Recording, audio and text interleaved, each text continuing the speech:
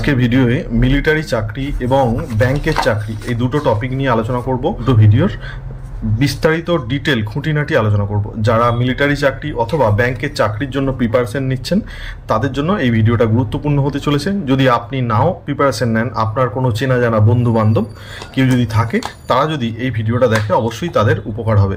যদি আপনি শুভাকাঙ্ক্ষী হন অবশ্যই তাদেরকে এই ভিডিওটা শেয়ার করবেন। তাদের প্রস্তুতিটা ঠিকঠাক হচ্ছে কিনা, জ্যোতিষ মতে তাদের হাতে কোন চিহ্ন থাকা উচিত, হ্যাঁ সেই সব ডিটেলস এখানে থাকবে। প্রথমে আমি মিলিটারি চাকরি সম্পর্কে আলোচনা করছি। আচ্ছা, এবার 1 আর 2, 3 এই তিনটে আমি হাতের ব্ল্যাঙ্ক ছবি নিয়েছি, আপনাদেরকে বোঝাতে সুবিধে হবে। আমি প্রথমে বাঁ দিক থেকে শুরু করছি। 1 নম্বর হাতটা আপনি ভালোভাবে লক্ষ্য করে দেখবেন।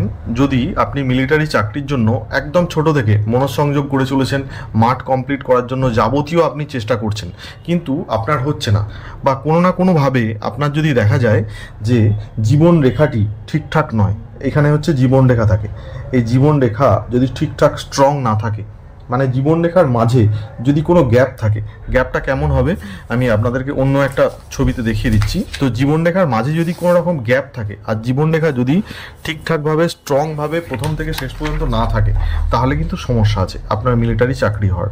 ধরুন নর্মাল জীবন রেখা এরকম হয়, এইভাবে থাকে, কিন্তু যদি কারো হাতে দেখা যায় জীবন রেখা এরকম ভাঙা পাড়া বা এরকম ভাঙা পাড়া, এইরকম যদি হয়, তাহলে কিন্তু মিলিটারি চাকরি হওয়া তার পক্ষে কষ্ট আছে এবং তার জন্য মিলিটারি চাকরি নয়, মনে রাখবেন। অতএব আপনার হাতটি ভালোভাবে দেখুন যে জীবন রেখা বা আয়ু রেখাটি একেবারে স্ট্রংভাবে প্রথম থেকে শেষ পর্যন্ত গেছে কিনা। যদি যায় তাহলে জানবেন যে আপনি এক ধাপ এগিয়ে গেলেন। প্রথম পয়েন্ট চলে গেল। এরপর দ্বিতীয় পয়েন্ট আসছে। দ্বিতীয় পয়েন্ট যেটা আসবে, হাতের প্রধান যে রেখা মস্তিষ্ক রেখা, একেবারে এখান থেকে শুরু হতে হবে, হয়ে হালকা ঢালু হতে হবে, এরকম হালকা ঢালু।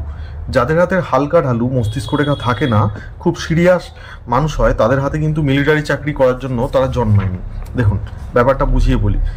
ধরুন মস্তিষ্ক রেখা যদি এরকম স্ট্রং হয়ে সোজা যায়, তারা অত্যন্ত দূরদর্শী হয়, তাদের কিন্তু প্রাণ সংশয়ের ভয় থাকে, তারা জীবনের সাথে বাজি নেয় না, তারা এত বেশি চিন্তা করে যেখানে বিপদ সেখানে তারা যায় না। অতএব আপনার যদি এই ধরনের মস্তিষ্ক রেখা হয়, তাহলে কিন্তু আপনার মিলিটারি চাকরি বা দেশকে ভালোবেসে প্রাণ দেওয়া যাবে এরকম ধরনের কোনো চাকরিতে আপনি যাবেন না। আপনার মস্তিষ্ক রেখা হালকা ঢালু থাকতে হবে, এরকম একটা হালকা ঢাল ভাব থাকতে হবে, এর বেশি ঢাল না থাকলেও হবে।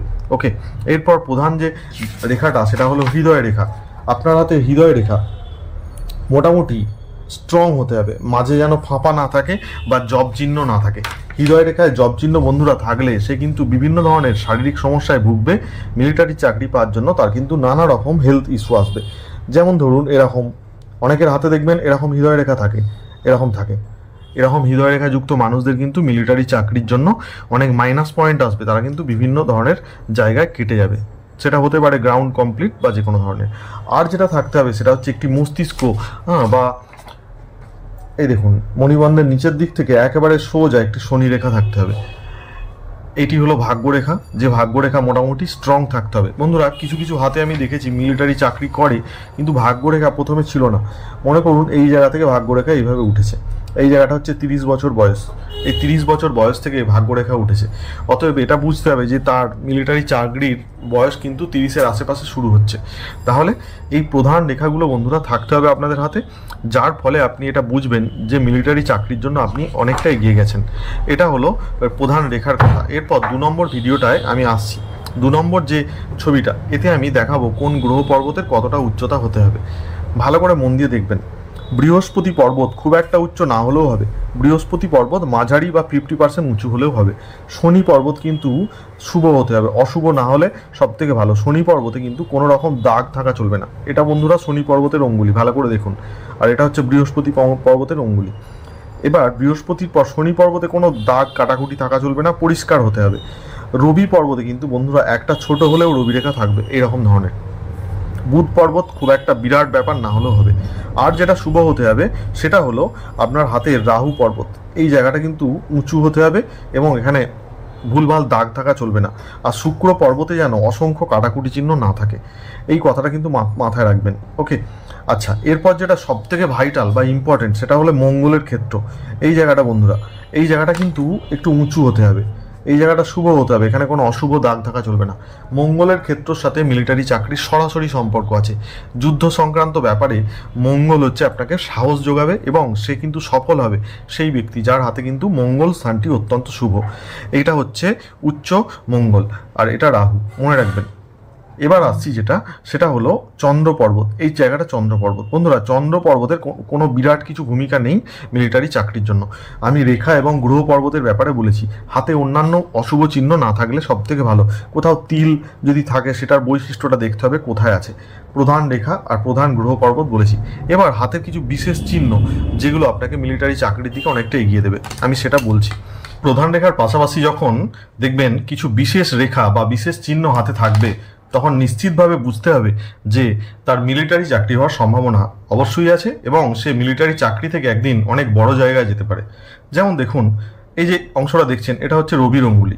এই রবির অঙ্গুলিতে এখানে একটি সুন্দর রবি রেখা এইভাবে নিচের দিকে নামবে। এটা হলো প্রথম সাইন। এর সাথে সাথে আমাদের জীবন রেখা বা আয়ু রেখা থেকে একটা উন্নতি সূচক রেখা এরমভাবে ওপরের দিকে উঠে যাবে। সেটা যে কোনো জায়গা থেকে হতে পারে, এখান থেকেও হতে পারে, এখান থেকেও হতে পারে, ঠিক আছে, বা এখান থেকেও হতে পারে। এই দুটো সাইন কিন্তু থাকতে হবে, এই দুটো প্রধান সাইন। এছাড়া আরেকটা সাইন আছে, সেটা রেয়ার সাইন, খুব কম হাতে দেখা যায়। যারা মিলিটারি চাকরি থেকে অনেক উঁচু পদে ওঠে তাদের হাতে দেখা যায়। এই মঙ্গলের ক্ষেত্র থেকে একটা রেখা এইভাবে রবি রেখার সাথে সোজা কানেক্ট হয়ে যায়, এরকম সোটান উঠে যায়। মঙ্গলের ক্ষেত্র থেকে এখান থেকে রেখা সোজা উপরে উঠে যায়। এটা যদি থাকে তাহলে জানবেন অত্যন্ত শুভ চিহ্ন। এই কয়েকটা সাইন থাকতে হবে। কিন্তু বন্ধুরা, এমন কিছু অশুভ চিহ্নও আছে যা মিলিটারি চাকরিতে কিন্তু ঘাতক বলে প্রমাণিত হয়। যেমন ধরুন, যদি এই রাহু ক্ষেত্র থেকে মঙ্গলের ক্ষেত্রে কোনো রেখা কানেক্ট করে, সেটা কিন্তু অত্যন্ত অশুভ। রাহু ক্ষেত্র থেকে মঙ্গলের ক্ষেত্রে কোনো রেখা এইভাবে কানেক্ট হওয়া চলবে না। রাহু মঙ্গলের যোগ যখন তৈরি হয় তখন কিন্তু অন্যান্য রেখাগুলোকে কেটে দিয়ে এই রেখাটা যায় এবং তার ফলে কিন্তু মিলিটারি চাকরি ক্ষেত্রে তার একদম চরম বিপদের সম্ভাবনা থাকে। যুদ্ধক্ষেত্রে প্রাণ হারানো বা অঙ্গহানি এরকম ধরনের হওয়ার সম্ভাবনা থাকে যদি শনি ক্ষেত্রে এরকম ধরনের অশুভ চিহ্ন থাকে। ওকে, এটা আপনাদেরকে মনে রাখতে হবে। তো চলুন এরপর পরের ভিডিওটা শুরু করি। মিলিটারি চাকরি সংক্রান্ত এই ভিডিওয়ে আমি যেগুলো বলেছি আপনারা হাতে মিলিয়ে দেখুন। কোনো অ্যাস্ট্রোলজারের হেল্প লাগবে না, নিজেরাই পারবেন। আর যারা না পারবেন, যারা বুঝতে পারবেন না কিছুই, যে না আমি একদম বুঝতে পারছি না, এই নাম্বারে হোয়াটসঅ্যাপ করে কনসাল্ট করতে পারেন। নেক্সট পরের ভিডিও যাচ্ছি। পরের ভিডিও হচ্ছে ব্যাংকের উচ্চপদস্থ চাকরি বা ব্যাংকের চাকরিতে প্রথমেই বন্ধুরা উচ্চপদস্থ হওয়া যায় না। প্রথমে শুরু করে সবাই ব্যাংকের গ্র্যাজুয়েশন বা যে কোনো একটা লেভেল থেকে শুরু করে। হ্যাঁ, হয়তো বেতনটা অনেক বেশি। তো কিছু সাইন আছে, কিছু চিহ্ন আছে হাতে। প্রথম চিহ্ন হচ্ছে বুধের ক্ষেত্রটি অত্যন্ত শুভ হতে হবে এবং বুধের ক্ষেত্রে কিন্তু এরকম ধরনের দুটো লাইন অবশ্যই থাকতে হবে। বুধের ক্ষেত্রে যখন এরকম লাইন থাকবে বা আপনার হৃদয় রেখাকে ছেদ করে একটা লাইন নিচের দিকে এরকম নামবে, তখন কিন্তু অত্যন্ত শুভ, যেটা আমি 1 নম্বর চিত্রে কিন্তু দেখালাম। এই চিহ্ন যদি আপনাদের হাতে থাকে তাহলে জানবেন যে আপনি কিন্তু খুব বড় একটা জায়গায় যেতে চলেছেন। এরপর নেক্সট যে লাইনটা থাকবে সেটা হচ্ছে রবির সাথে এইভাবে কানেক্ট হতে পারে, রবি রেখার সাথে এইভাবে কানেক্ট হতে পারে। বন্ধুরা, আমি কিন্তু প্রধান রেখাগুলোর কথা আর বলছি না, প্রথমেই বলে দিয়েছিলাম যে আমাদের হাতে জীবন রেখা এবং মস্তিষ্ক রেখা, হৃদয় রেখা আর একটি ভাগ্য রেখা অবশ্যই থাকতে হবে সবার হাতে, এই যে কোনো ধরনের বড় চাকরির জন্য। এবার আমি অন্যান্য অপ্রধান যে রেখা যেগুলো রেয়ার সেগুলো বলছি। নেক্সট, তারপর যেমন ধরুন আপনার হাতের যে ভাবটা সেটা হবে লালচে বা গোলাপি বর্ণের। লালচে এবং গোলাপি বর্ণের হাতগুলো কিন্তু বন্ধুরা অত্যন্ত শুভ হয়। সবার প্রথমে যে গ্রহটা শুভ হতে হবে সেটা হলো রবি। রবি ক্ষেত্রটা বন্ধুরা অত্যন্ত উচ্চ হতে হবে আর একটা রবি রেখা অবশ্যই থাকতে হবে। রবি রেখাটা যদি নিচের দিকে নামে খুবই ভালো। রবি ক্ষেত্রের পাশাপাশি বন্ধুরা সব থেকে বেশি উঁচু হতে হবে বৃহস্পতি ক্ষেত্র। এই দুটো ক্ষেত্র কিন্তু সব থেকে বেশি শুভ দরকার ব্যাংকের চাকরির জন্য। রাহু ক্ষেত্রে কিন্তু কোনো তিল বা কোনো জাল চিহ্ন থাকা চলবে না। এই অংশটা রাহু ক্ষেত্র, এই অংশটা পরিষ্কার হতে হবে। তাহলে আমি কটা গ্রহের কথা বললাম? 3টে গ্রহ। আর বুধ গ্রহের উচ্চতা বেশি হতে হবে, বুধের আঙুলে এরকম ধরনের চিহ্ন থাকতে হবে এবং অন্যান্য অঙ্গুলিতেও যদি এরকম চিহ্ন থাকে তাহলে জানবে খুবই শুভ। এবার প্রধান ভাগ্যরেখা বা সৌভাগ্য রেখা ব্যাংকের চাকরির ক্ষেত্রে অনেক সময় জীবন রেখা থেকেও উঠে এইভাবে রবি রেখার দিকে চলে যায়। আবার কিছু কিছু ক্ষেত্রে দেখা যায় প্রাইভেট ব্যাংক বা কর্পোরেট সেক্টরে এরকম চন্দ্রস্থান থেকে উঠে শনি স্থানে যায়। এই ধরনের ভাগ্যরেখা হয়, আর এরকম লম্বা রবিরেখা থাকে। এরকম বেশ কিছু সাইন আছে বন্ধুরা, যা কিন্তু অত্যন্ত শুভ। ব্যাংকের চাকরির জন্য যারা প্রিপারেশন নিচ্ছেন তাদের কিন্তু যদি না হয়, কোনো রকম সমস্যা হয়, তারা কিন্তু হাতের সাথে মিলিয়ে দেখুন যে হাতে কোনো অশুভ চিহ্ন আছে কিনা। যদি দেখেন যে রাহু স্থানে এই জায়গাতে এরকম ছোট ছোট জাল চিহ্ন আছে, তাহলে কিন্তু ব্যাংকের চাকরি কেন, কোনো ধরনের চাকরি হতে গেলে 99% যেও সে কিন্তু আটকে যাবে। শনি স্থানে এই জায়গাটা যদি অত্যন্ত নিচু হয়, এরকম আড়াআড়ি দাগ থাকে, তাহলে কিন্তু যে কোনো ধরনের চাকরির ক্ষেত্রে আপনি আটকে যাবেন। মিন পুচ্ছ চিহ্ন এরকম যদি থাকে, তার থেকে যদি ভাগ্যরেখা যায়, তাহলে কিন্তু অত্যন্ত পরিশ্রমের দ্বারা তার ভাগ্যের উন্নতি হয়।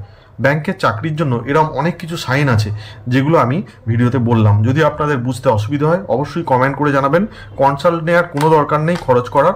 আপনারা ভিডিও থেকে আশা করি উপকার পাবেন।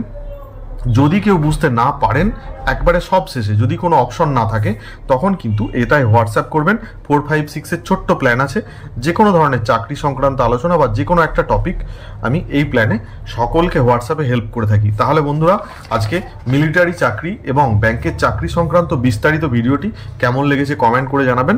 যদি ভালো লাগে অবশ্যই একটা কমেন্ট করবেন। ভালো থাকবেন সবাই। যারা ভিডিওটা দেখলেন, সকলের মঙ্গল হোক, ভালো হোক, আপনাদের মনোবাসনা পূরণ হোক। আমি ছিলাম আপনাদের বন্ধু অ্যাস্ট্রোলজার ঘোষ। ধন্যবাদ।